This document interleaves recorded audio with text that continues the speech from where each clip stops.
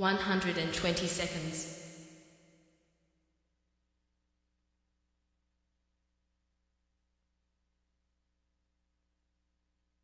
110 seconds.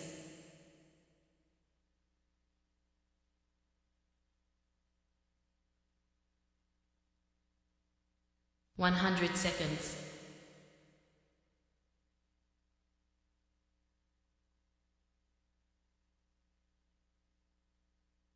90 seconds.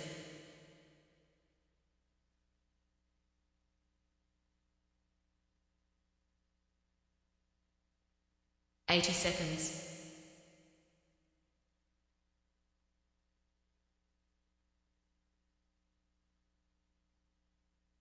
70 seconds.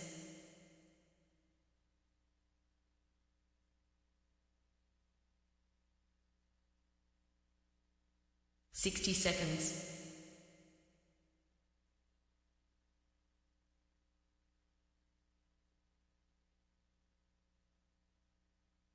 50 seconds.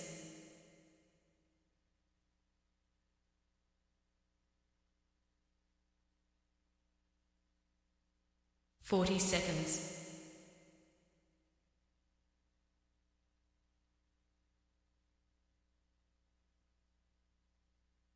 30 seconds.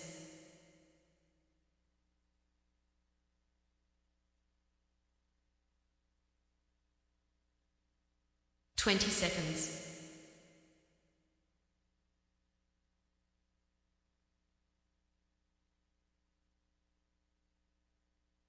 10 seconds.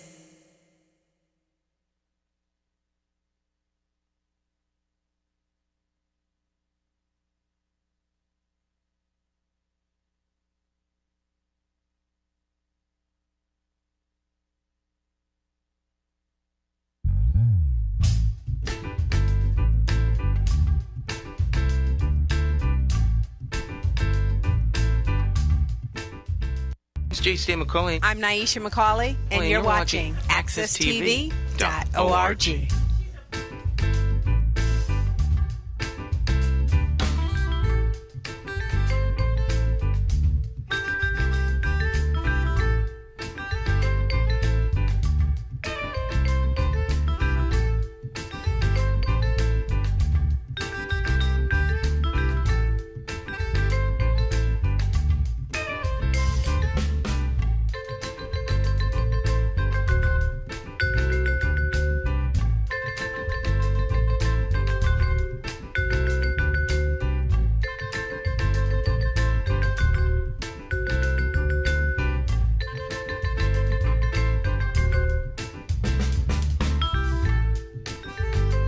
My friends, once again, it is indeed time to get our talk on. This morning talk with me, your host, J. McCauley, along with the champions of talk.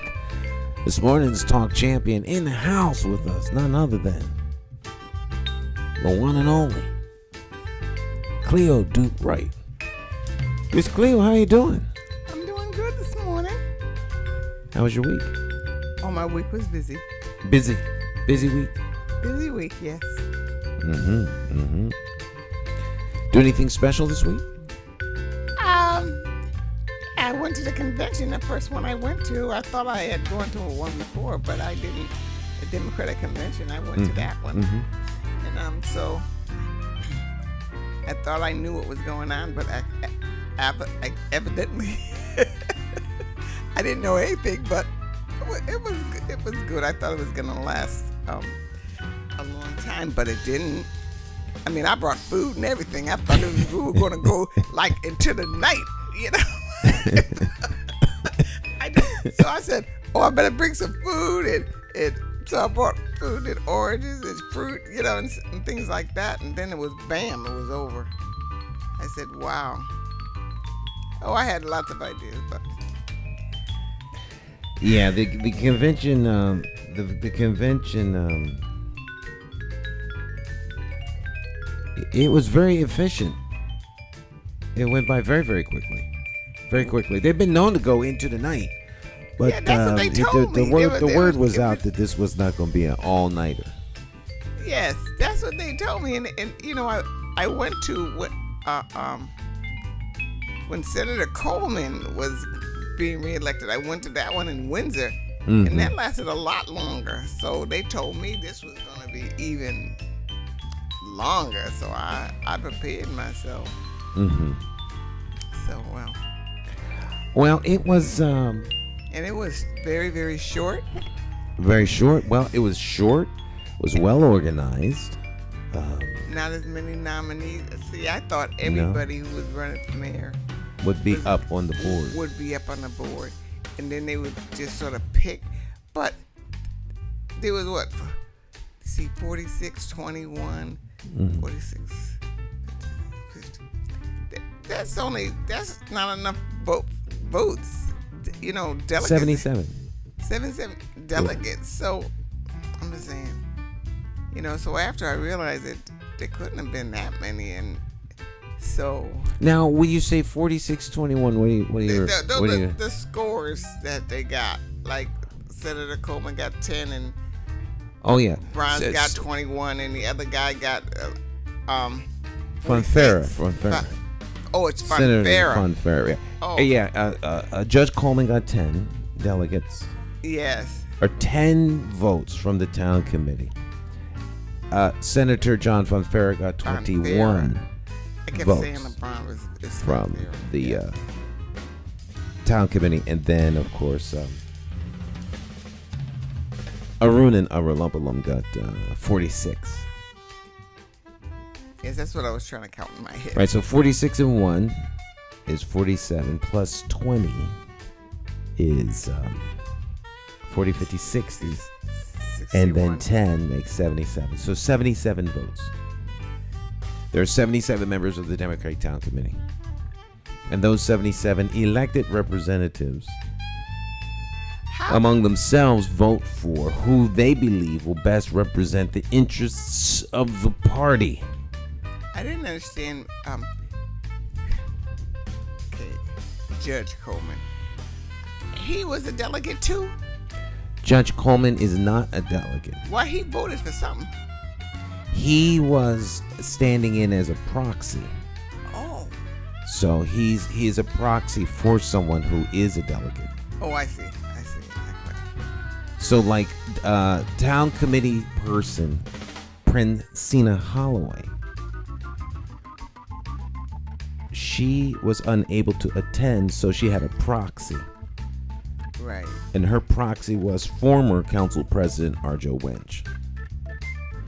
So once they established who the proxies were, which was the beginning of the process, so the proxy for Princina Holloway is Arjo Winch. So when they call her name, she casts a vote for who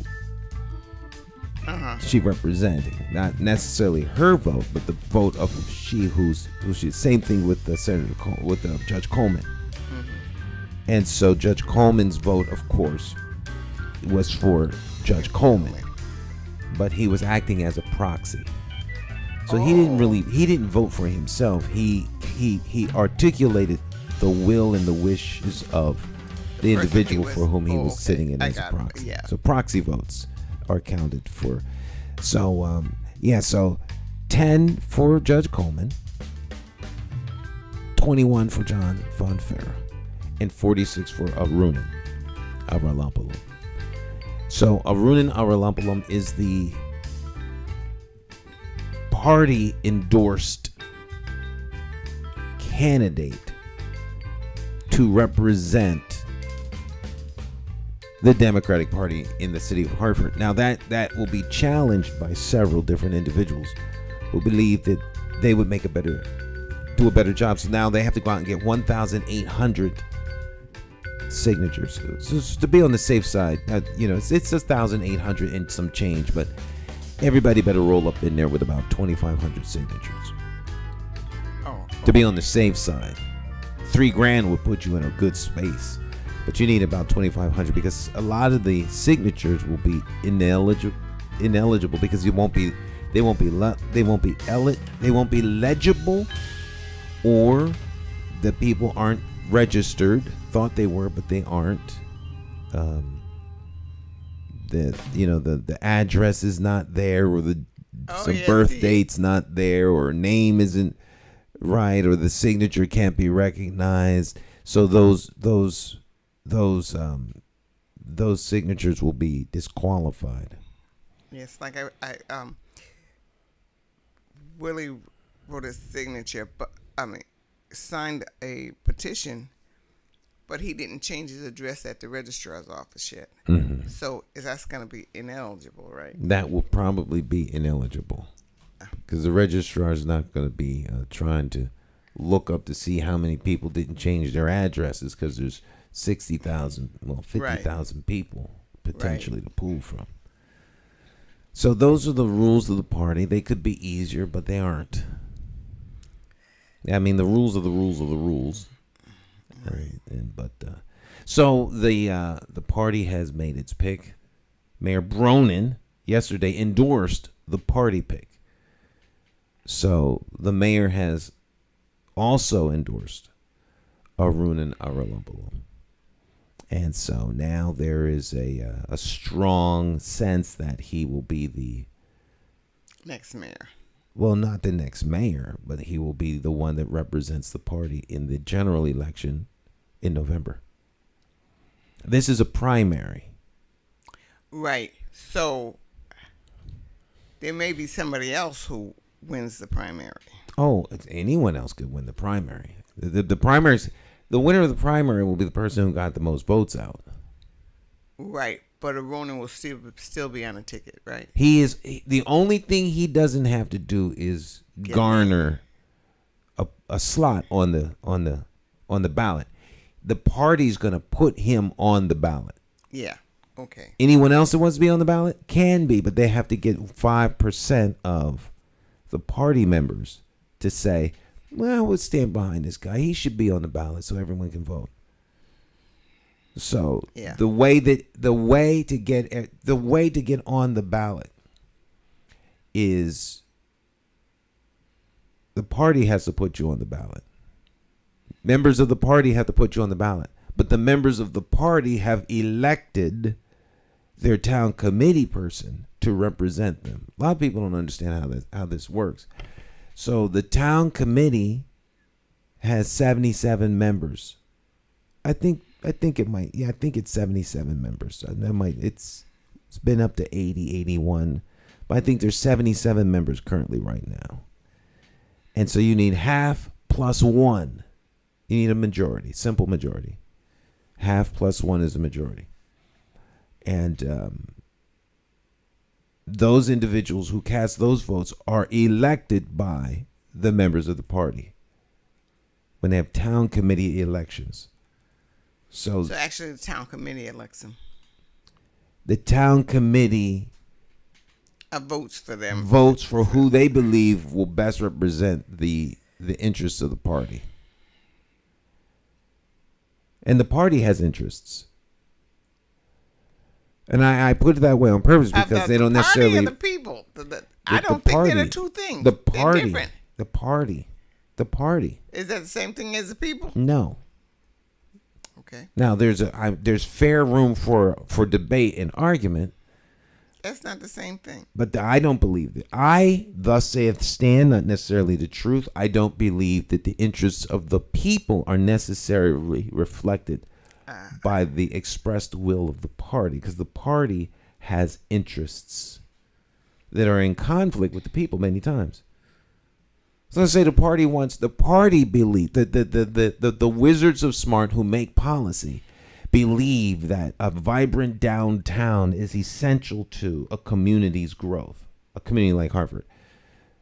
So they will focus money and resources downtown. But when that has not worked for the last 20-something years or 30 years that they've been trying to do that, then they still focus on that. That's because that's what the party wants. Now, the people may say that's not working. So then the people need to express that by voting for representatives in the party that move that along. The people have not yet done that. That's why things stay the same.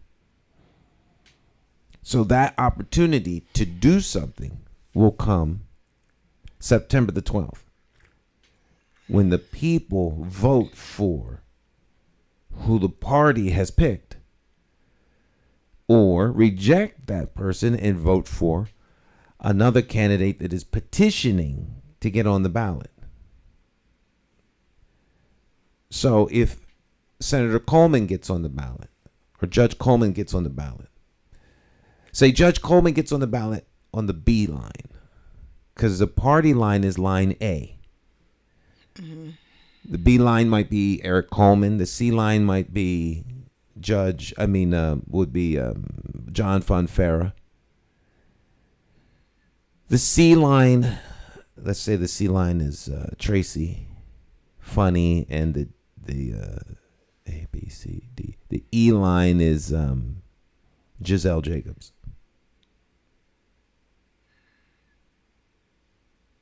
Mm-hmm. Then people go in and they say, well, I want Giselle, or I want Eric, or I want John. If enough of those people get votes, then they may get more votes than the party's choice, and then there will be another upset.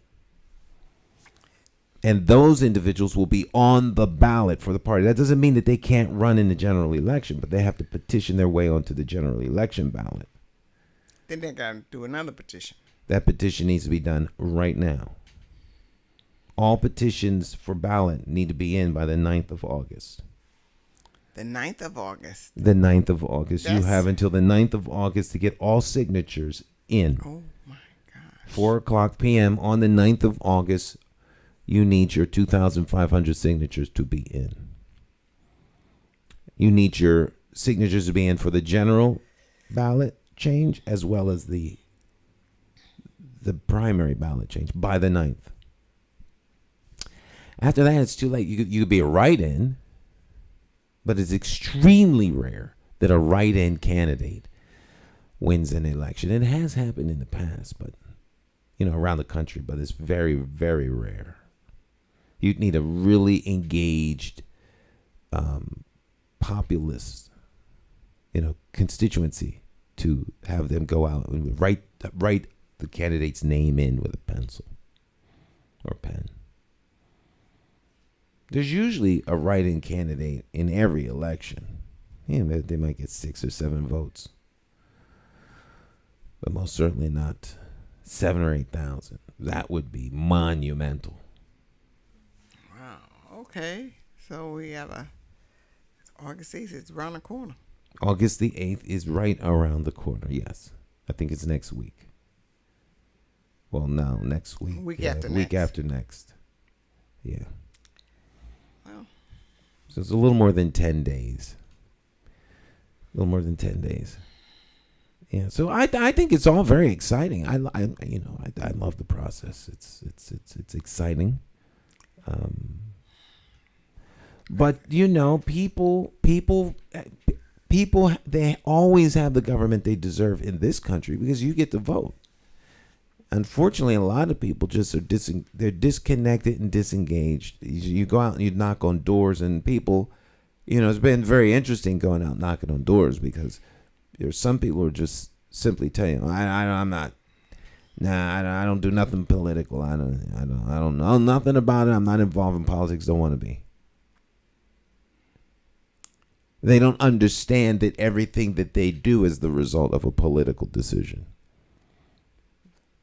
Everything that happens in their lives, whether they could park their car on the front lawn or not, whether they get a ticket if they park too far away from the curb, all these things are political decisions. What your kids eat in school for lunch, which streets get plowed first, whether or not sewage is coming in your basement, whether it'll be fixed, who will pay for it, you, the MDC, the city, the feds. All these things are decided. These are all political decisions made by people elected to office. And folk just don't seem to understand that. Mm-hmm. Well, somebody's got to start thinking. Right. Someone's going to start thinking. Right. Because we're in a very scary time. Things are going topsy-turvy as far as I'm concerned with the violence, with everything going on. That and maybe it's the Trump thing that scares me. Well, oh my God, it's interesting. That's interesting because a lot of people are afraid that President Trump will be reelected. Oh my gosh! But they don't elect the president, and that's the whole irony of it. No one in this, not a single constituent, elects a president. They elect their mayors, but they're more concerned about the president than Alexa. Be quiet. Thank you. She tell me who the mayor is at Hartford. Bless her heart. That's right. We don't elect the president. We don't elect the president. We have a vote that says who we would probably like to be president, and then the electors elect the president, just like the town committee moves forward and it's interesting because the same argument, I believe, that the same argument for direct elections of the president should be the same argument for direct elections of your mayor. There should be no town committee except to manage party business. But other than that, whoever wants to run, their name should be on the ballot, and then the general people should. But see, it's a party, and the party has rules, and the party together, this group of people, put forward who they believe, just like a union. Like you don't have representation, Connecticut's. Those people are not connected to me. Those people that are making all these rules, what do they have to do with me? Nothing. So what I'm saying, they're making decisions on my life. On your life, right? And yet they wouldn't. I am not considered. I don't feel like I used to feel like I was when I said Democrat, I was very proud to say that. Mom's a Democrat. Dad, well, he's looking on. And so I became a Democrat, and I was very proud to become a Democrat. But now I just feel totally disconnected with party, because it just seems like these group of people are over here doing what they want with my life. And I don't like it. They're just doing whatever they want, and I am just such an unimportant thing in the whole scheme of things that I feel like bad guy, good guy. I feel like here we are almost in a dictatorship where these people run us. I'm in the corral with the rest of the horses. That's a great way to think about it. The horse don't get to decide. It's the people who manage the horses. Get that one over there. Yeah, we'll ride that horse. Yeah, that's how I feel. I don't feel that they're connected to me at all. And so I tend not to like them because they don't like me.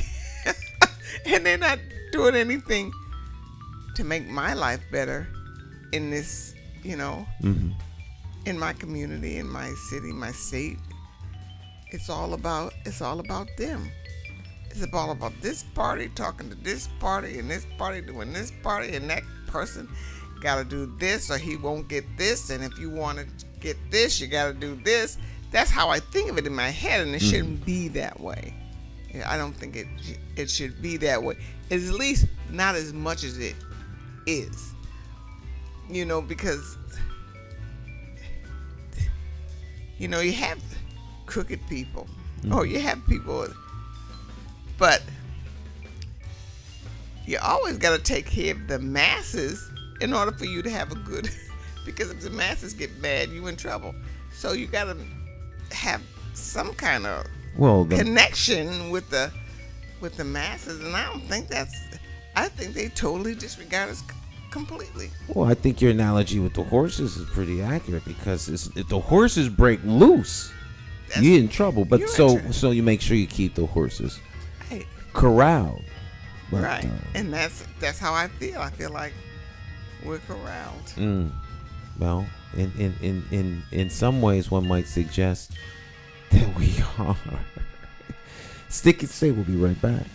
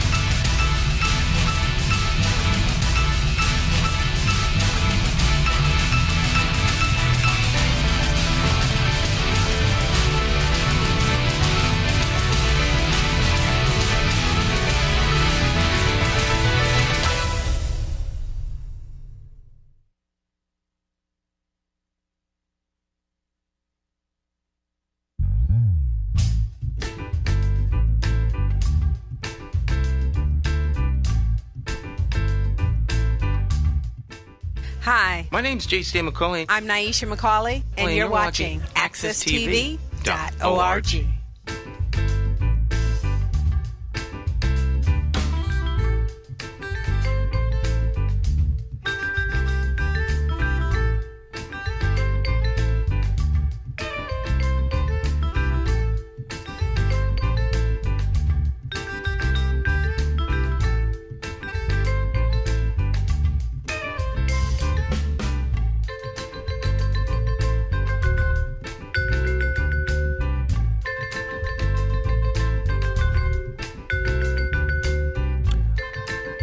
All right, my friends, welcome back. It's Morning Talk with me, your host, J. Sam McCauley, along with the champions of talk. By the way, that's Jay Hogarth in the background playing. You can get his music at jhogarth.com.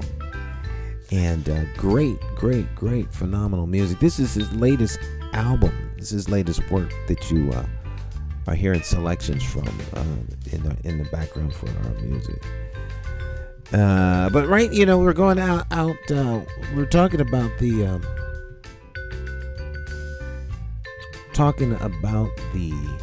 election results. I shouldn't say election results. About the nominating. That is District 4. You're in District 4. They gave it to me at City Hall. Okay, so District 4. So you're in the 4th District? Yes. That's interesting. I didn't know the 4th District went up that far. Wow. I'm in the 4th District. You're in the 4th District? Yeah. I thought you would be in the 1st District, but apparently not. So downtown is the 4th District? Downtown's the 4th District, but the 4th District extends way over into down Park Street, down into Frog Hollow a little bit, and it must cut over to where you're at. So you would be in the first district as well, I guess. I mean, in the 4th District. I have a map. I just don't have it with me in this room right here. But if your paperwork says you're in the 4th District, then you're in the 4th District. Yes, that's what they said when I changed my address. All right, that's cool. So we're in the 4th. That's not the chairman is in the 4th District. Who? Chairman Mark DeBella. Oh, really? Yeah, I always think of the 4th District as being downtown. but it extends. Now the 4th district used to go way up into actually downtown. I think was in the 5th district for a while, but they recut districts all the time to best serve the interests of the people who run things. They change the size of the corral from time to time. Who's the spokesperson for the district, the 4th district? I don't know who the spokesperson is right now. The spokesperson on the sheet that I have was Arunan Arulampalum, but I don't know that he's the 4th district spokesperson. It's hard to be the 4th district It's hard to be the spokesperson where the chairman lives. The ultimate spokesperson for the party is the chairman. But each district has a person who kind of coordinates and becomes the de facto leader.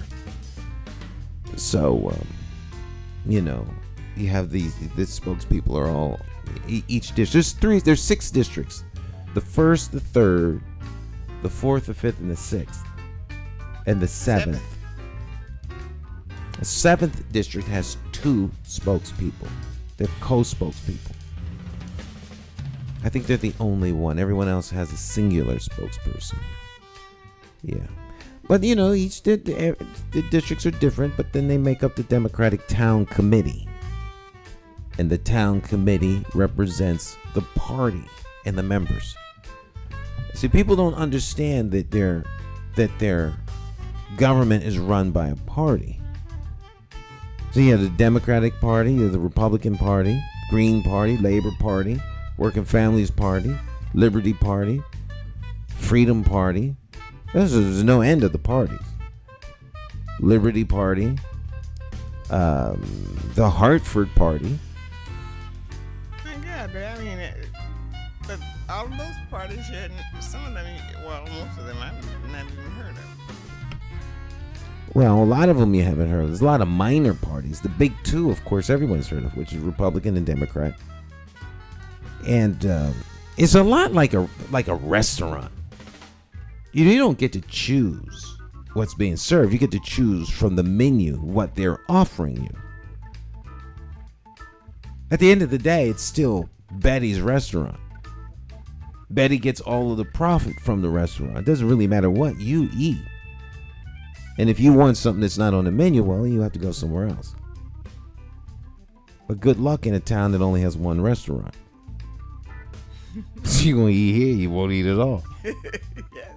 Well, I'd like some chitlins. Well, we don't serve chitlins. Can I get a ham sandwich? We don't serve ham sandwich. We don't serve anything from the pork. No pork on the fork. See the name of the restaurant? No pork on the fork. What do you want? Do you have lamb? We have lamb kebabs. Well, I'd like a slice of leg. No, we don't do the leg of lamb, just the kebabs. What do you got for dessert? Chocolate pie. Well, do you have any ice cream? No. Would you think of adding chocolate ice cream to the menu? And we'll talk about it. My wife and I run the restaurant. I'm not sure if we don't like ice cream, so we're not going to serve you ice cream. So they get to make all the decisions at their restaurant. Well, same thing with the party. Now, the party bosses make the decisions. They kind of hand those decisions down. And they get buy-in. There's a difference between buy-in and you making a decision. So if you're making the decision, then the decision comes from the collective will of the people. But no matter what you do, there's always going to be someone who's not happy because what they want is not happening. So it is what it is. But the more that the more people that participate, the more likely the outcome will be something that everyone is pleased with. But it's up to the people to participate. You can't not participate and then be upset with what happens.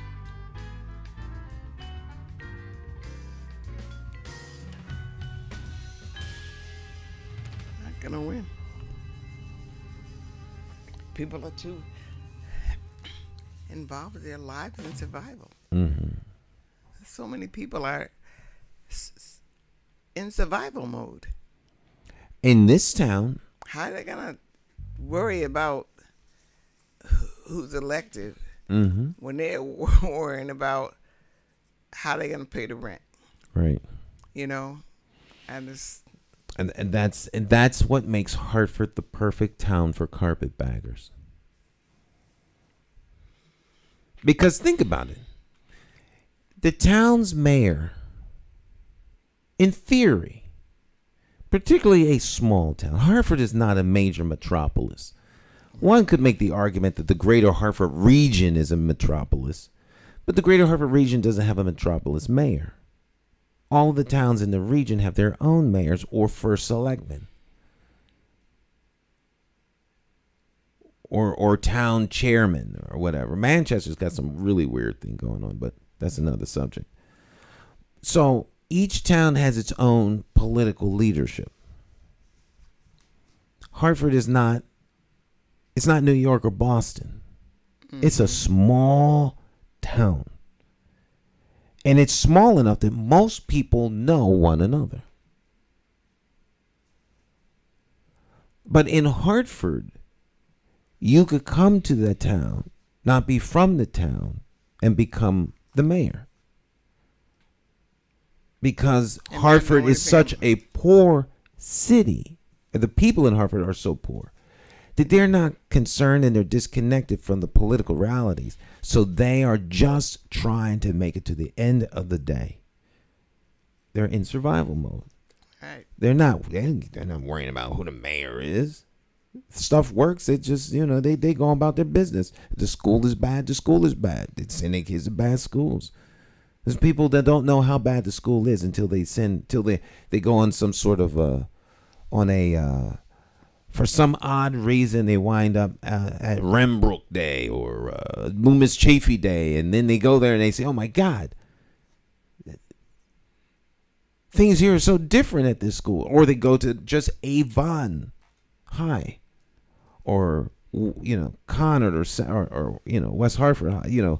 They go to a high school in another town and see, for the day, and then they realize, "Oh my God, our kids are way behind." You don't know that if you don't go somewhere else And to find out, yes. and have a frame of reference. My son is about to take his daughter out of school in Florida because of they had just passed something saying that slaves, profited from slavery, did something for them. Oh, there was a net sum gain for the slave. The slave had a better quality of life because of the slavery. So my son is so livid. He says he has one daughter out of school, but he has one daughter still in school. He says, I will not just tell you the language that he used, but he says, they're not going to fill my daughter with these lies. You Right. know, he said, I don't know what to do with it. I guess he's going to start looking for schools for his daughter. He didn't like the educational system in Florida anyway. And now they're going to tell him that, we had a gain from slavery. We gained from slavery. Well, the Republicans are pretty much in charge of Florida political apparatus. There may be some Democrats in certain towns.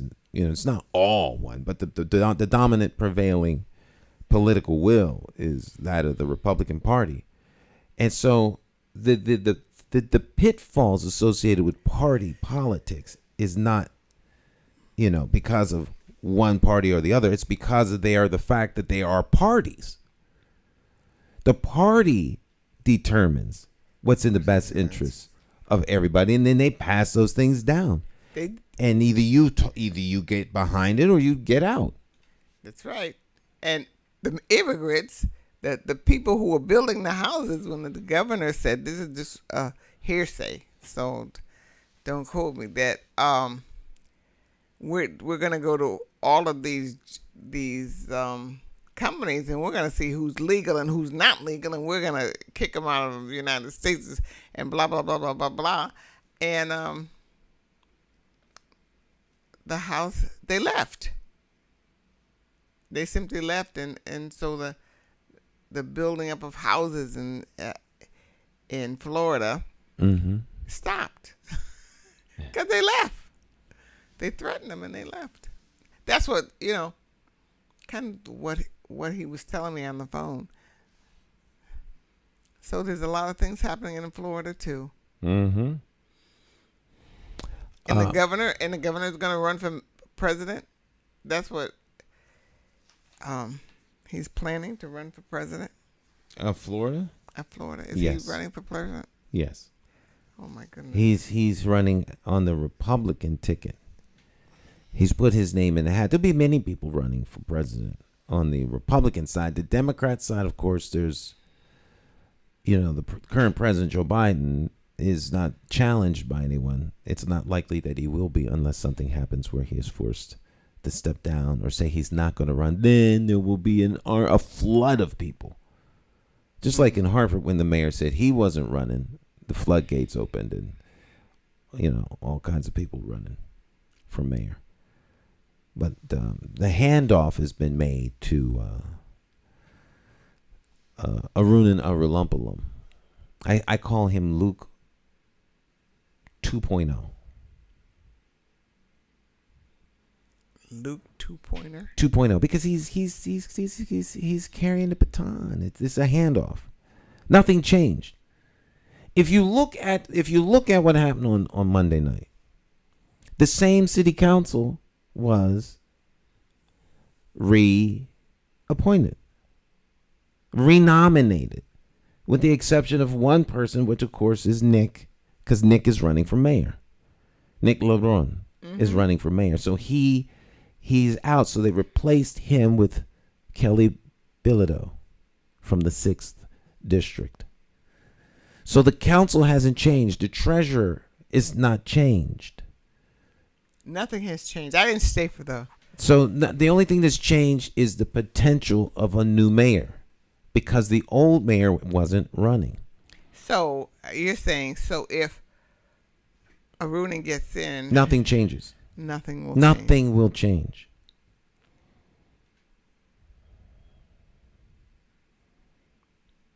It's nothing will change because there's no causality to initiate change. Change is on purpose. Change is on purpose. Change is intentional. So there's nothing to initiate a change because the current person getting ready to go into office is quite happy with the way things are. The city council is clearly happy with the way things are. Otherwise, it would be different already. So I would suggest there's a special interest, which would be the mayor. The mayor will still be the mayor. He now has a rubber stamp candidate, like a rubber stamp council. So if you had a council that just rubber stamped everything you did, and you're not going to be there, you need someone who you can.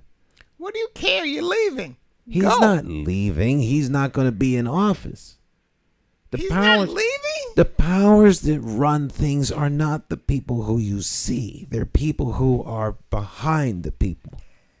Yes, I know. So the new face of the city is going to be, in theory,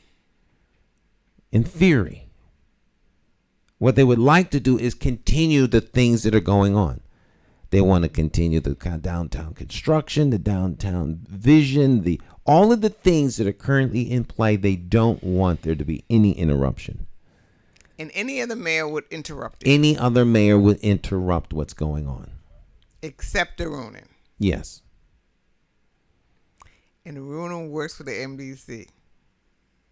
Does he? He does not necessarily work for the MDC, but he is in line with what the MDC is doing.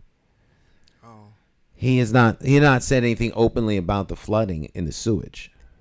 And he also wants to he wants to close the airport. As far as I'm concerned, he wants to close the airport until he says otherwise. He's trying to be vague and neutral, but you can't be vague and neutral in something as big as that. What was Bridget saying? I heard it, a little bit of it. She was really blasting Phyllis. I think she was really blasting the 7th district. She's very from what I can see, she is not happy with the fact that the 7th district was totally behind Arunin, considering the amount of sewage overflow and flooding that affects the 7th district. And people impacted by it still voted for someone who is not necessarily, he clearly is not in favor of the sewage overflows, but did not advocate to have the sewers, did not advocate to have that fixed, and was a vocal opponent of the legislation that was put forth to resolve the issue. And so the number one issue facing North Hartford is the sewage and the flooding that happens as a result of torrential downpours where sewage backs up into people's houses. No one can do anything about the flooding, but you can do something about sewage coming into your house. And that's going to be a growing problem that needs to be addressed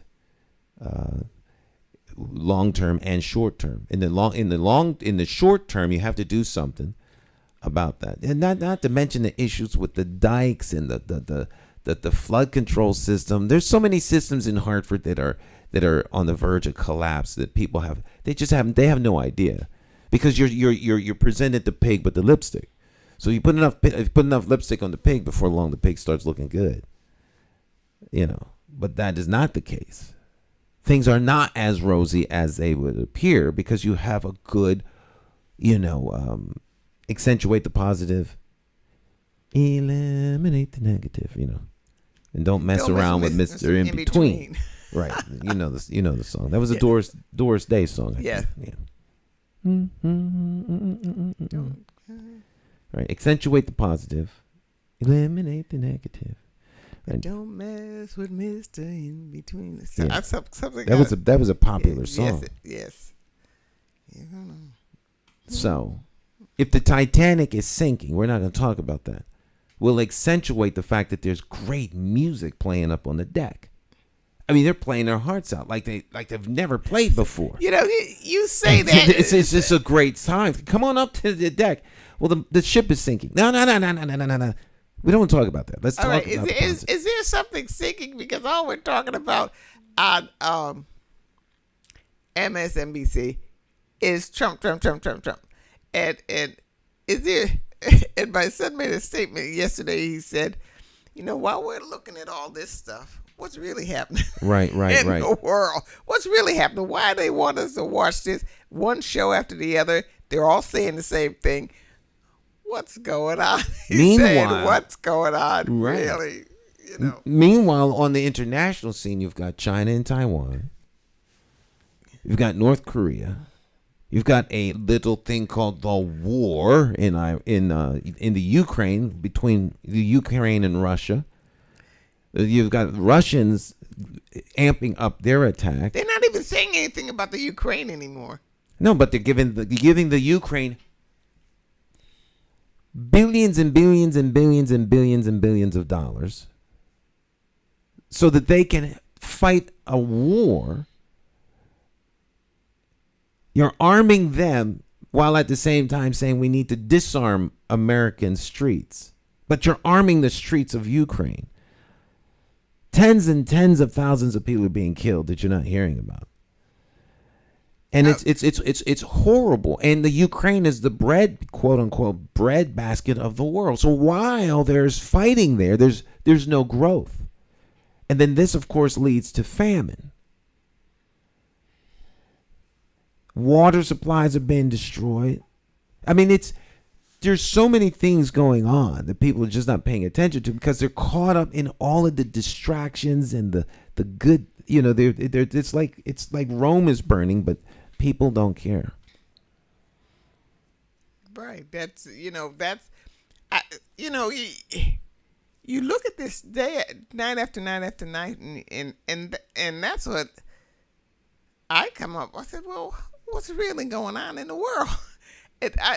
Is the Ukraine war, is that still going on? Oh yeah, very much Yeah. so. They want to be admitted to NATO, and you know the corruption at almost every level of government is just off the chain like never before. In the Ukraine, all of these people dying. Mm-hmm. You are saying one side is killing another side. You're not saying Well, both one sides sides are killing within their own country. You see what I'm saying? This is a war, not a war against its own people, because it's billions and billions of dollars. Then comes corruption. Yeah, okay, so the Ukrainians are doing the right thing, or what we expect them to do with the money that is sent to them. That's what I'm trying to say. Is it clear what I'm trying to say? I think so. That The money is being They're sent not- to them to help them defend themselves from the Russians, who, for whatever reason, see the Ukraine as a threat that needs to be neutralized through force. And it's varied. But their rationale is in conflict with ours. So we are helping the Ukrainians sustain a war that they otherwise would have lost.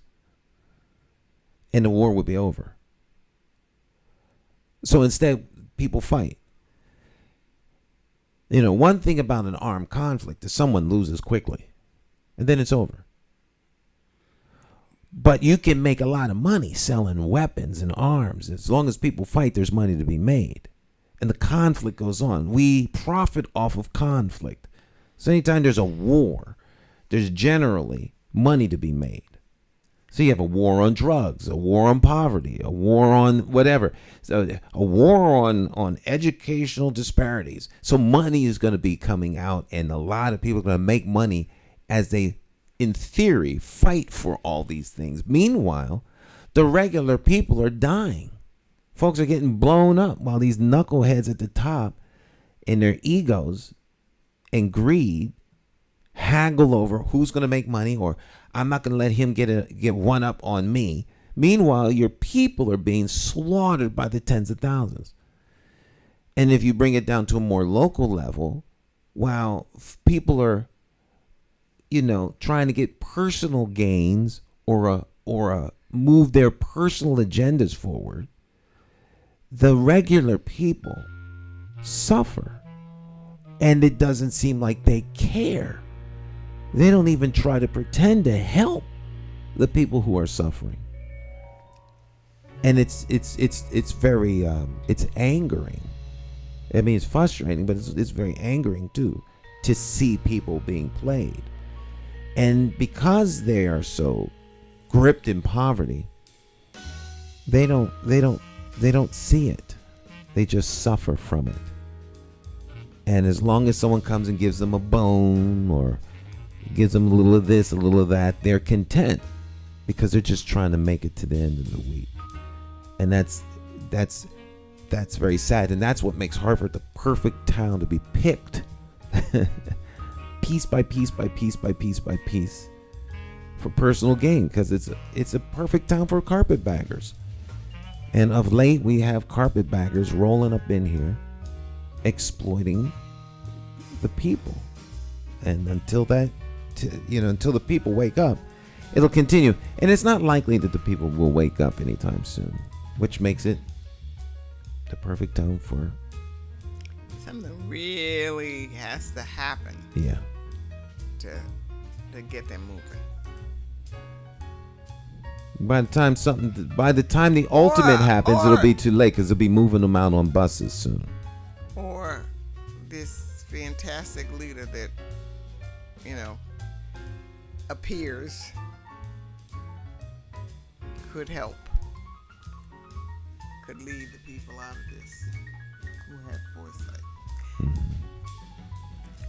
Like Malcolm. Like Malcolm X. Right. But you see what happened to Malcolm. Yeah, you see what happened to Malcolm. But it's a different day. It is a different day. It's a different day. Mm-hmm. And it may not happen today. Like it happened to Malcolm. Yeah. And Well, he was a sitting duck, but he didn't stop. Mm-hmm. Well, you still need that. Otherwise it's it's like taking the brake off your car. You need the brake. Someone wants to put in a second gas pedal, take the brake out. We don't need a brake. No, you need a brake. So individuals that do stand up are necessary to keep the system from going totally over. Because once those people go away, we're in trouble. In big trouble. You need people to stand up against the powers, quote unquote, I guess, that be. But we'll take a short break. We'll be right back. Listen to a little J. Hogarth on vibraphone.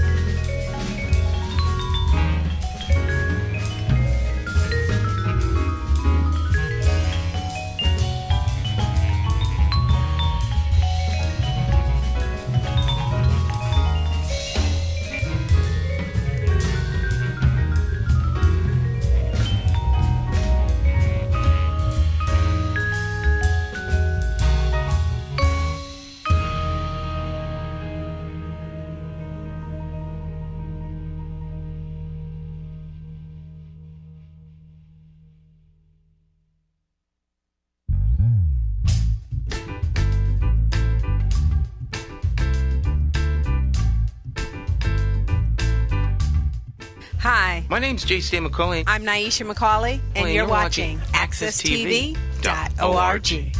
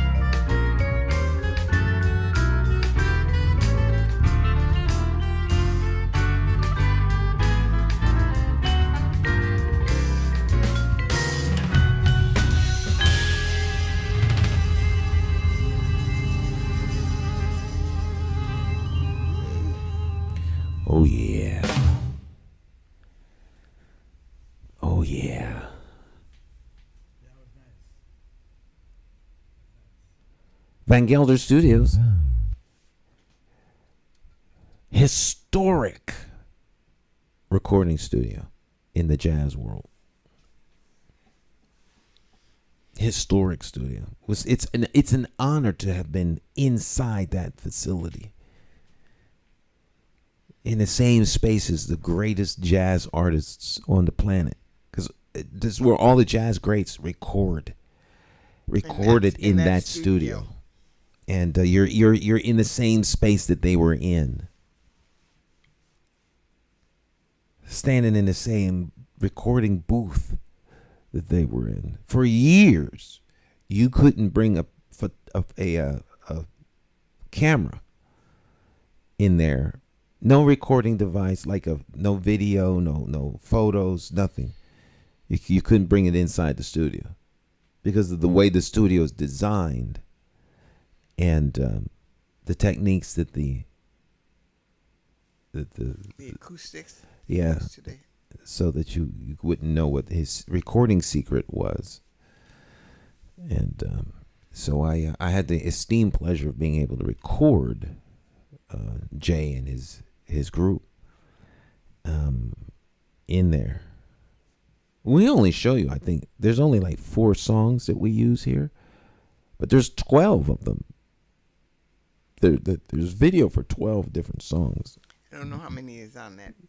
But there's even more on the album. I think I want to say there's 16 tracks on the album. It always ends too soon. It always ends too soon. But when I'm driving, it always ends too soon. Yeah, and pull your mic up. Oh. Yeah. So, any plans for the weekend? Well, not really. Mm-hmm. I'm going to help the people at the church. We opened a clothing. What do you call a clothing place where people come every Saturday and what do you call them? I know there's a food pantry, but I don't know what you call the clothing. There's a term for that. We got some wonderful things there, and it's always packed every morning. It's just a little space. And so we make a little bit of money every week for the church, and so that's wonderful. So I'm gonna go there tomorrow morning and kind of help them out. So you're enjoying you're enjoying your church family. Oh, I enjoy them. Yes, I enjoy them very much. Mm-hmm. I could be me without any. I could be me. Oh. What a pleasure that is. That's the greatest thing in the world, to be your authentic self. Yeah. So, every once in a while I'm the liturgist, I'm on that committee, and it's just nice. Mm-hmm. I don't have to play act. I don't have to be anybody in particular. I could just be Cleo. Mm-hmm. Sometimes you don't know who you are till you get to somewhere where you could be yourself. You're always kind of performing, but not here. So, yeah, I'm enjoying it a lot.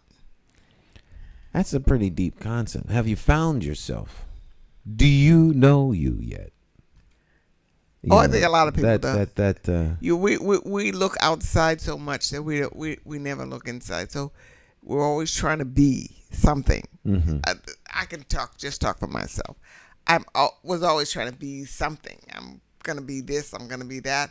I'm going to change this. I'm going to change that. Mm-hmm. Oh, no, I don't like this. I'm going to do this. Mm-hmm. And then it's just who you are. Mm-hmm. You have to smile because I always say this. Who you were at 7, that's who you are today. Mm. Who you were then, that's who you are today. Mm-hmm. All those changes and what you were trying to be and change yourself over. I'm still Cleo. Mm-hmm. Still the same silly little person who loved silly things and who liked to play and tell stories. I'm still the same person, and I think that's amazing.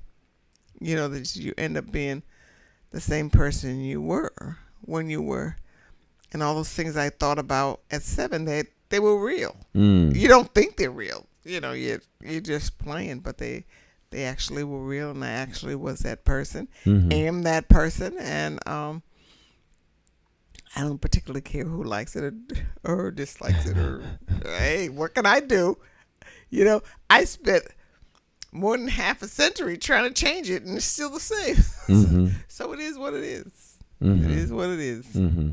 So I'm comfortable. I'm getting comfortable with that, and I'm getting comfortable with people not agreeing. Now, what I have to do now is have patience and stop yelling. I yell a lot. Oh, really? Yeah, I do. I yell a lot. I raise my voice a lot. And now I'm trying to stop doing that. I said, what are you doing that for? It doesn't even make any sense. But I do. I get excited and I yell a lot. And so I'm trying not to. Only my family knows that. But I yell a lot. My son says, you're doing it again. You're doing it again. Why are you so loud? And then he imitates me, and we both crack up because it's so ridiculous that when he starts imitating me, I bought him these socks. He has a 15 foot. Size 15. Size 15 foot, okay? I'm looking all over because he doesn't change his socks enough. He got to change them socks. So I get a little loud about that. So I go to the store and I try to get, and I saw these socks. It said 14 and a half. I said, they'll fit him. So I take him home. And I said, put these socks on. Take those things off and put these on. And he looks at them and he says, this is not going to fit me. They're not going to fit me. They're too small. And I wear them now because they are too small. But so I said, put those socks on. And he said, but I can't put them on. They won't fit over my ankle. I said, put them because I spent all that time trying to find them. I said, put them socks. Could make the socks fit. Cut the toes off. So he couldn't put the socks on. So I took the socks and I stretched as much as I could, and I put them over his foot. And then he has a very sore foot from when he broke his ankle. It's still sore. He's still limping. And I took this off and I push it out and I pull it up like that. And then I took the other foot and I said, see, they fit.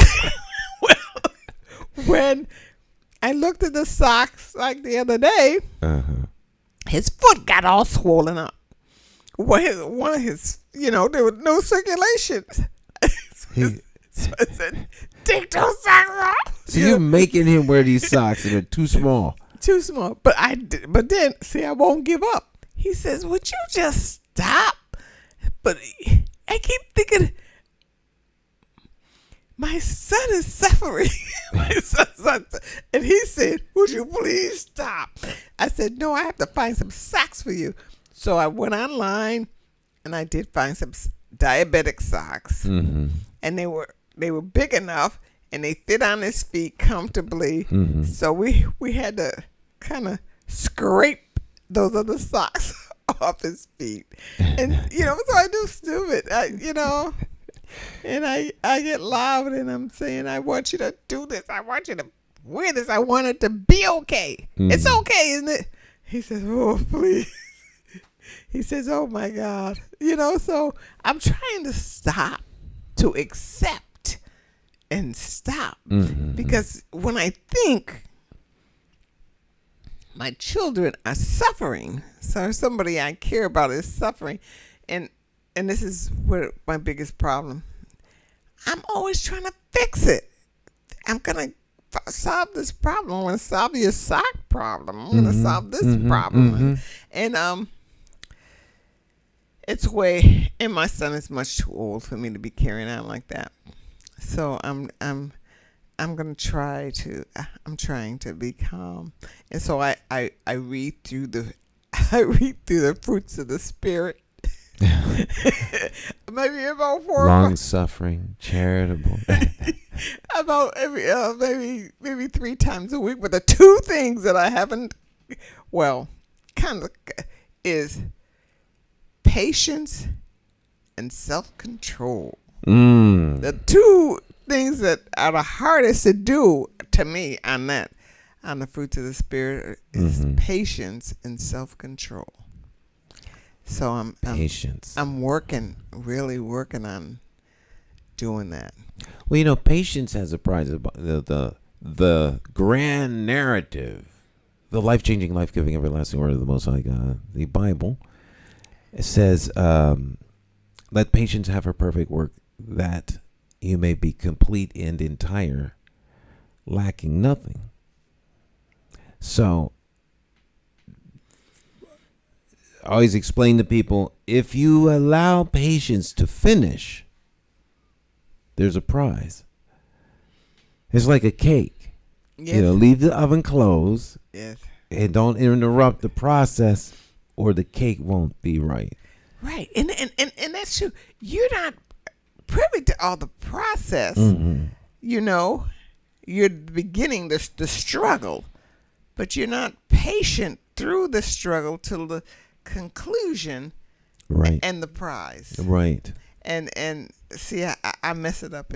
You're a cake being baked.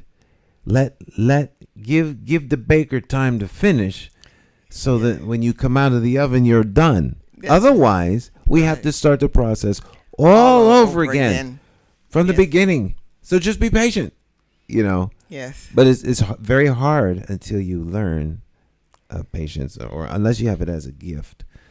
Patience now, all of them can be gifts. If they're not, then you have to learn them, and they're very difficult. They're very difficult to learn. I keep them in my bag, and then I also carry the what is not of the Spirit, the human desires, and works of the flesh. Yes, and yeah. I'm saying, oh my gosh, the battle, the war. Yes, the envy, the jealousy, the this, the that.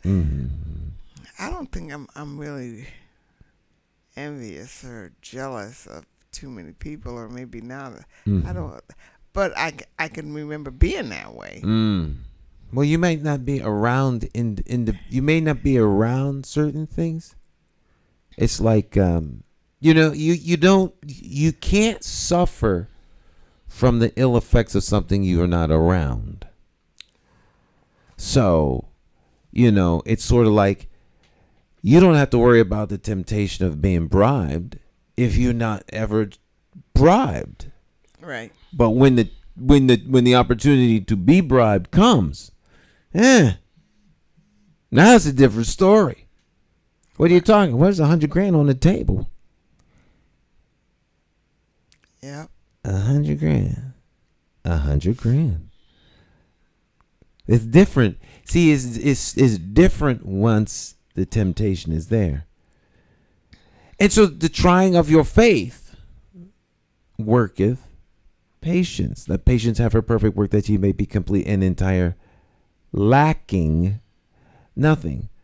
But the patience comes while your faith is being tried. So the trying of your faith worketh patience. So, a lot of times people they're not put in a position where their faith is even tried. But then once that process starts, then it becomes real. Yes. It becomes very real. Well, I don't think that's going to work. Well, have a little faith and some patience. Well, I have faith, but it's starting to wear out. The thing is, you got to keep that faith up. You got to keep that faith up. You can't put it to the side. You got to keep it up, no matter what you think, and no matter what anybody else thinks. Now, the arms. Whose arms had to be held up in the Old Testament? Whose arms had to be held up? Held up. Yeah, there's a prophet or somebody who was praying, but there was the people that were holding his hands up, I can never remember who that is. I don't know. And they held his hands up. Yeah. Now I gotta go see. Yeah. I should do a search of who that was. The prophet whose hands needed. Let's see if the artificial intelligence works. Alexa, set the volume to 8. Alexa, what time is it? The time is 9:37 a.m.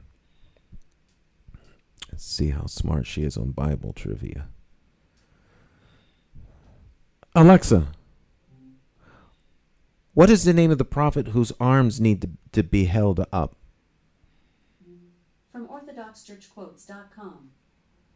Moses, who held his arms raised in the form of a cross during the battle, gave victory to the Israelites over the Amalekites. Moses? I don't think it was Moses. No, I don't. I need an Old Testament Bible expert. I do know someone I could call.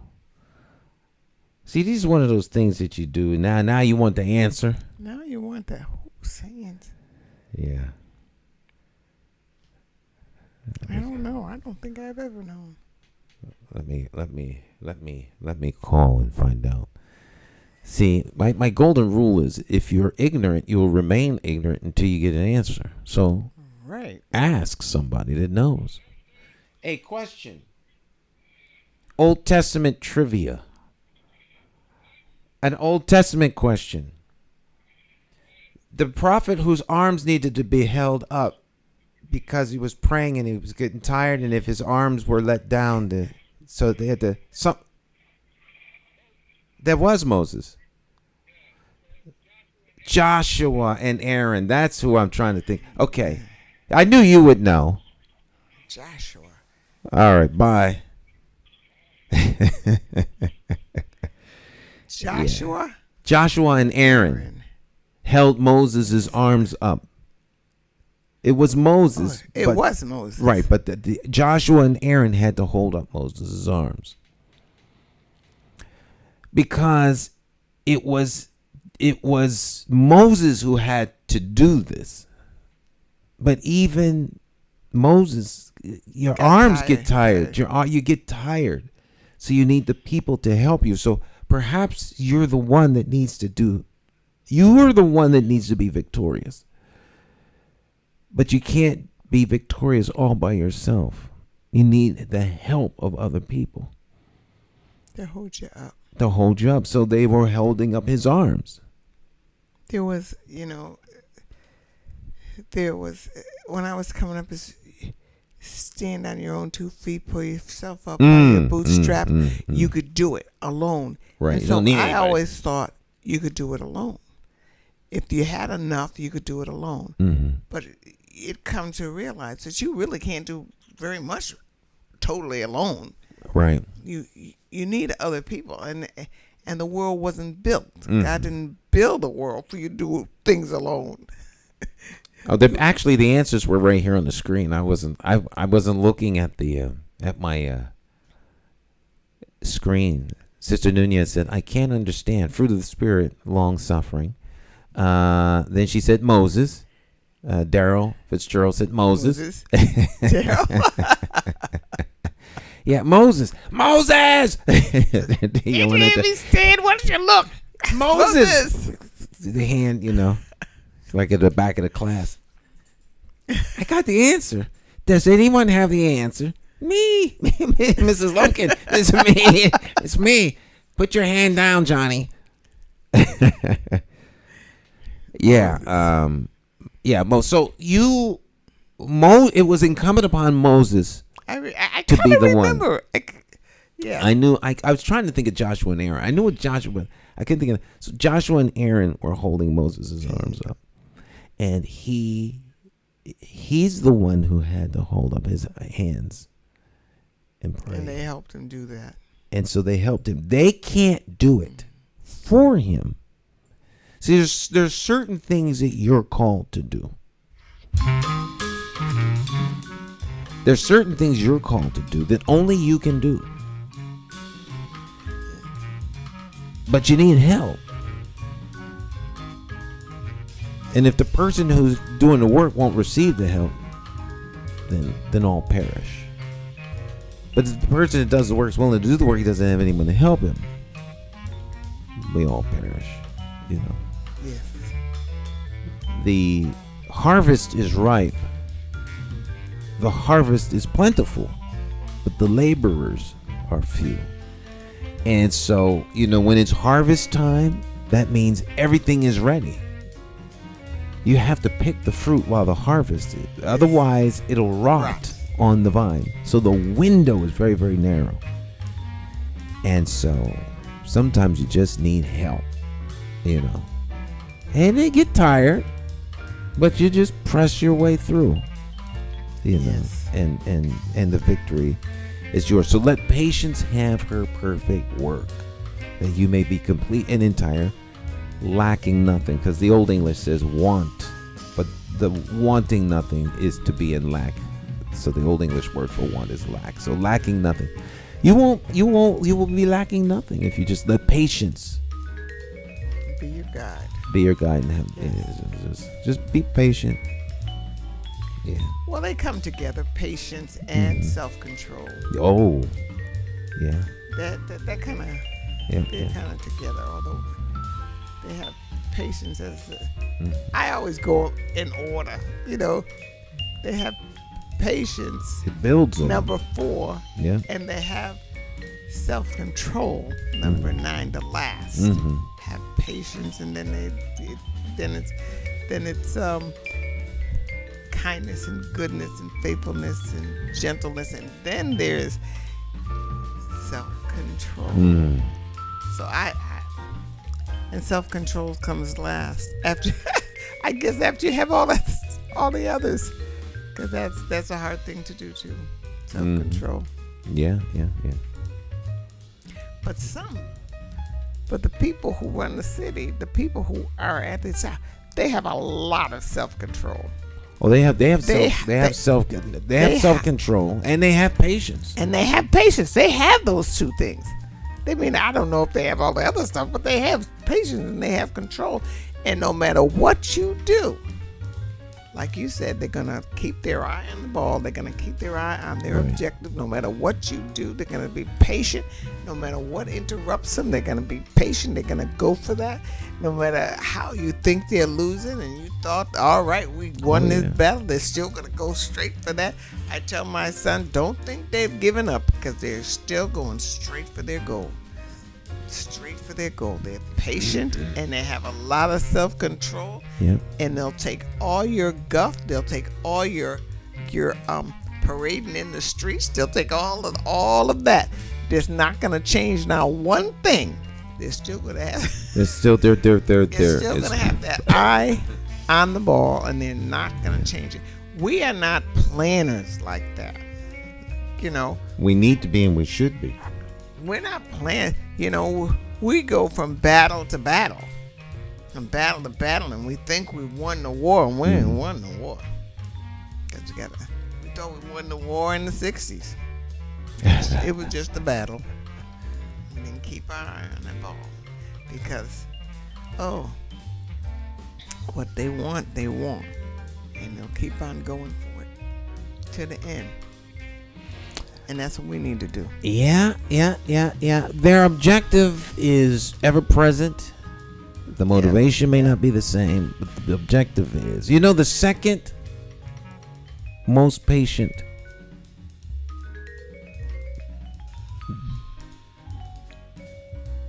person would be Lucifer. Now, God's not a person. Of course, God's patience is never ending, motivated by his love. But Lucifer is extremely patient. And he's extremely smart. His motivations are wrong, though. And extremely pleasing to the eye and the ear. Oh, my goodness. So don't think he's ugly with horns. No, he's not ugly, he's not horned, and he's not red-skinned. He isn't. He's gorgeous. Yeah. Yes, he is. He's gorgeous. Yeah. So always be careful of the smile. Oh, Always be careful of the smile. Yeah, he's the king of bamboozle. Bamboozle and the flim flam. Be careful, my friends. Be careful. Be careful. Be careful. And he's be careful. gentle to the ear. Oh, so yes. he could just talk you almost out of anything. You better know where your mind is when he comes along. Yes. All right, well, the battle continues on, my friends. Onward we press toward the mark of the high calling. Victory is ours if we stay steadfast and press our way. Hello there to Daryl Fitzgerald, Pamela Wright, Sister Nunez this morning tuning in, as well as the rest of you all out there. So, Miss Cleo, you're going to have a great weekend, right? I'm gonna have a great weekend. All right, you all out there have a great rest of your day. Enjoy Jay Hogarth as we go out. And remember, we will see you here next time, and do something fun and for yourselves, and enjoy the music as we go out. This is Toe Dance for a Baby. That's the name of the song. Toe Dance for a Baby. I like this song. It's very light-hearted and uplifting. Reminds me of the Sesame Street kind of feel. Very, very, very light-hearted, uplifting. All right, we'll see you soon. Y'all have a great rest of your day. Ciao, ciao.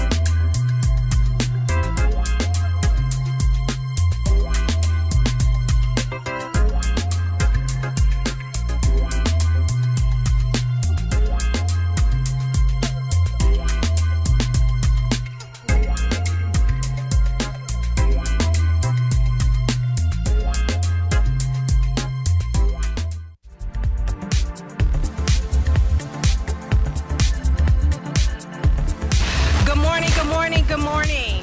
Thank you for joining us this morning. We are here to discuss a very important topic. I'm going to bring up a few speakers to address the issue of citywide adult literacy, a plan that you'll hear from mayoral candidate J. Stan McCauley talk more about this morning. But before Stan comes to the mic, we have some community voices that we are also going to hear from this morning. So I want to bring up Gwyneth Douglas to say a few words on the topic of adult literacy. Good morning, everyone.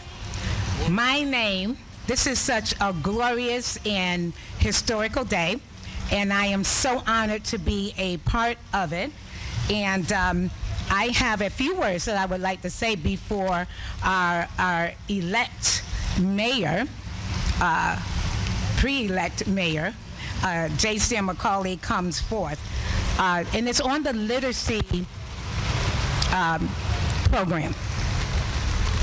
What I'd like to talk about is I agree totally on the decline and the hardships, the troubles that our city, our nation capital, faces on a daily basis, especially to people who are come to this country, who are from other places and do not understand the dialect, the language. There are language barriers. I am an educator. I'm an educator in the school system, retired, and I'm also an educator and also group homes and ministries. So we come together to partner with him. But what I wanted to say really quickly is that whatever we can do to stop this type, I call it a parasite, an educational reading literacy parasite. Why? Because as I did my research, I found out we have all these wonderful programs, so we say, that are building up.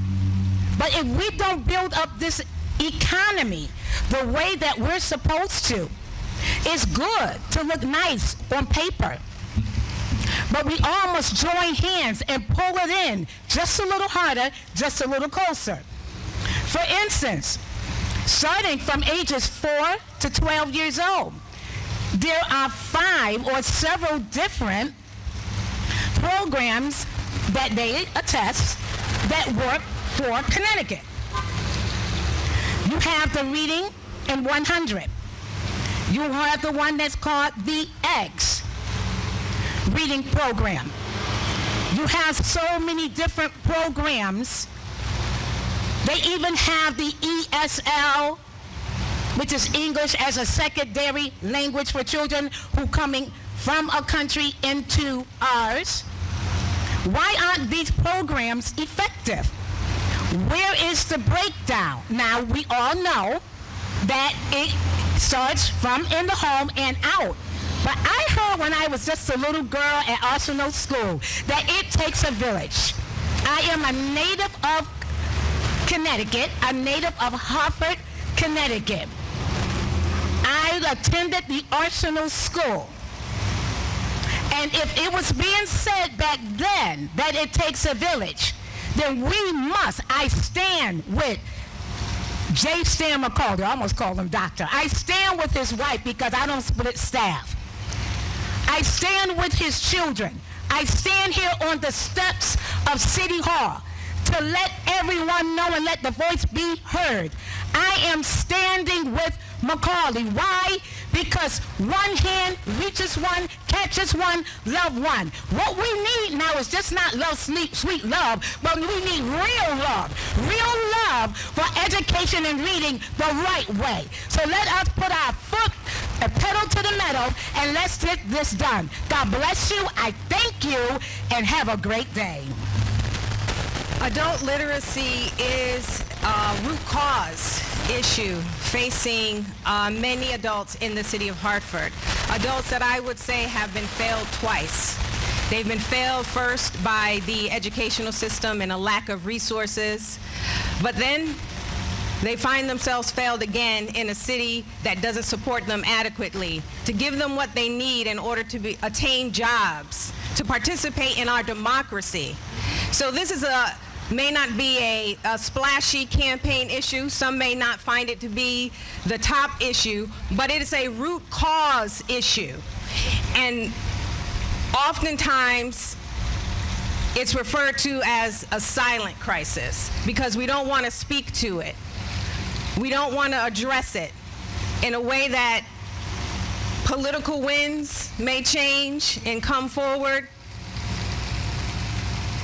But here's an issue that would impact so many lives in the city. It is an issue that Stan has heard, being so close and tethered to the voices of the community. It is an issue he has heard time and time again.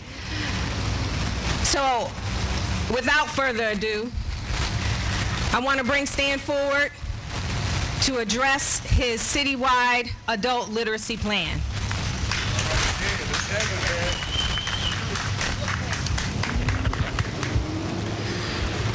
All right, we're here today to talk about this growing crisis that has been here for some time. It's like under the current, if you will. And you hear people talk about economic development. You hear people talking about jobs in the community. But the fact of the matter is, depending upon the statistics, 41 to 61% of the citizens in Hartford, adults, men and women, are functionally illiterate. And you may ask yourself, well, what does functionally illiterate mean? Well, think of it in terms of an ATM machine. That means that 61% of the adults in this city can't read an ATM machine. And I want you to understand the impact of that. It impacts parents when it comes to attending their children's schools and getting parent involvement. If the parents feel intimidated, which the schools too often intimidate parents that want to be actively engaged in their children's education, and they wonder why they can't get parents to come in and participate. But it goes even deeper than that. One of the things that really plagues the city of Hartford is the political apathy. Now think about this. If you can't read an ATM machine, you also can't read about your candidates. You can't read about their platforms. You can't read about their programs. You can't do the research. So you wind up hearing what people say, and it becomes a he said, she said, instead of being engaged and informed. So my administration wants to put forth effort to help bridge this gap, close what we're calling the literacy gap. We're making it our 6th priority in our path to impact. And when I talk about path to impact, I'm talking about how does the action impact the intended individual. You're talking about education. You're talking about giving teachers a raise. Well, how does that raise impact the student? We know there's a direct impact for the teacher and for the teacher's family. But what's the impact on the student? All too often our students are left behind. And when they're left behind, they wind up being, hopefully at the 3rd grade reading level. That's where they plan the future for prisons to be built. Well, we see the impact of a failed education system in the adults who attended that education system not being able to read. So this becomes very, very critical. So we're challenging the adults in this city that are English speakers to become functionally literate. Now, I'm one of those people that believe in leading by example. Now, I am functionally literate when it comes to English. I can read, I can write. But you know what I'm totally illiterate in? The dominant language of the city, Spanish.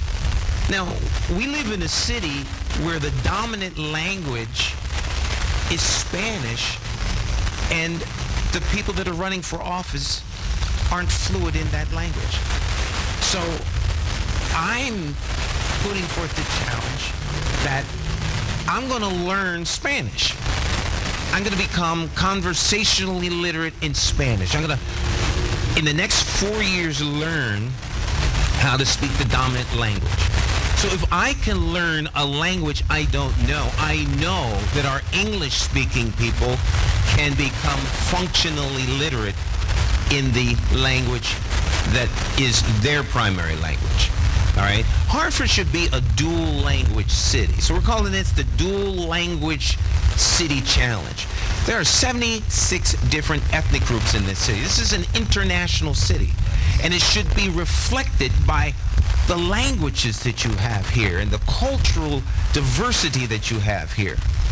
And so when we talk about economic development, understand that economic development can't happen until you have human development. And human development can't happen until you can read and write the primary language.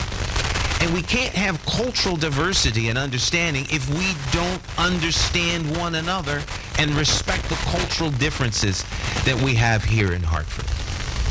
So part of what we want to do in the McCauley administration is open up our schools, unlock those resources so that they are open after school. They should be open from sun up to sundown, from 8 to 8. Our schools should be open.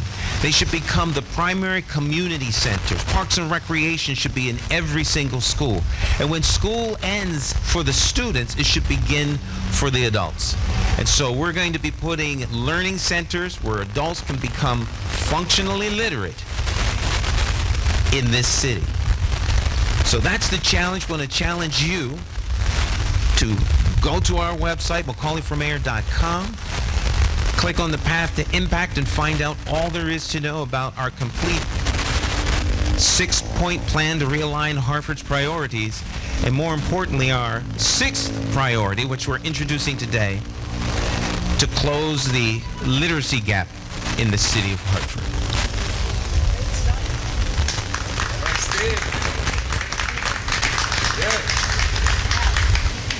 We won't keep you long, but we do want to bring one other voice to you this morning. An honored elder, I would say, a community voice that has been challenging the systems, fighting for the people, and recognizing the gaps in the underserved. Cacique. All right, family, peace. It's really good to be here today. I think it's, for me, it's a special day because what I would ask the people that are listening to us today is, when was the last time one of these politicians ever came to you with an issue with conscience? You can't recall that because they don't. So I'm happy that Stan has taken on this humongous task to bring, people right where they need to be, because as I understand it, the system a lot of times keeps us in that survival mode. And when you're in the surviving mode, you can't move to the next level, which is the thriving mode. When you're surviving, you can't thrive. So I think that Stan and Gwen said a lot of important things today. And one of the things that I would say is that if you can't read your children's report card. You can't help them with their homework. You can't read information about your health. So the reason that I asked that question in the beginning is because this is an issue that is plaguing our community, and you haven't heard anyone, including the superintendent, talk about literacy and what they're doing to bring it up, not just for our kids to bring them where they're supposed to be at, but for the adults in this city. So Stan, once again, brother, you hit the nail on the head. That is a super important issue that's going to change the way that we live. The way that people live is going to raise their access to different jobs, better jobs. You can get your license now. If you can't read, you can get your license. So it's a lot of things that literacy covers, and I want to thank you for that. And I hope that I just want to say one more thing. Stan's van is coming to Wyndham Street on Thursday at 6:30. It's for that neighborhood, but anybody in the city of Hartford is welcome to come. It's going to be on Wyndham Street, July 11th at 6:30, and all are welcome. Thank you so much. Peace.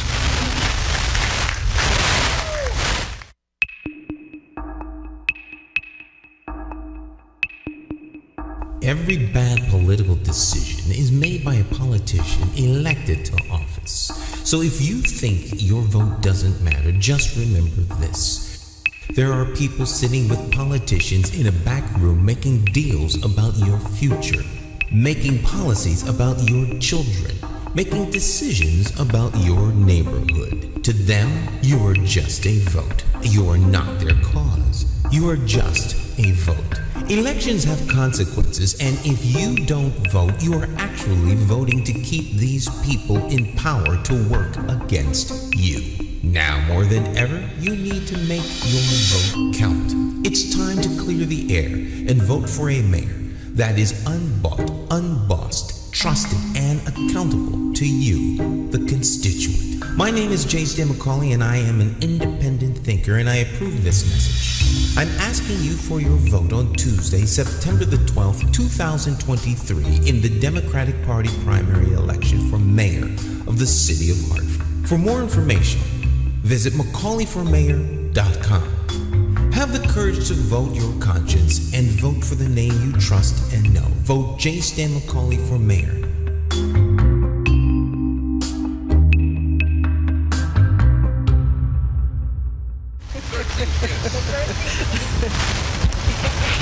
All right, so Wyndham Street, July the 13th. The mobile campaign office will be at Wyndham Street. 12 Wyndham Street. And also, if you're not doing anything, you want to join us for our virtual town hall. That'll be this Friday at 6 o'clock. There it is. This Friday at 6 o'clock. It's a virtual town hall. You can check out our website for more information. Thank you very much for joining us.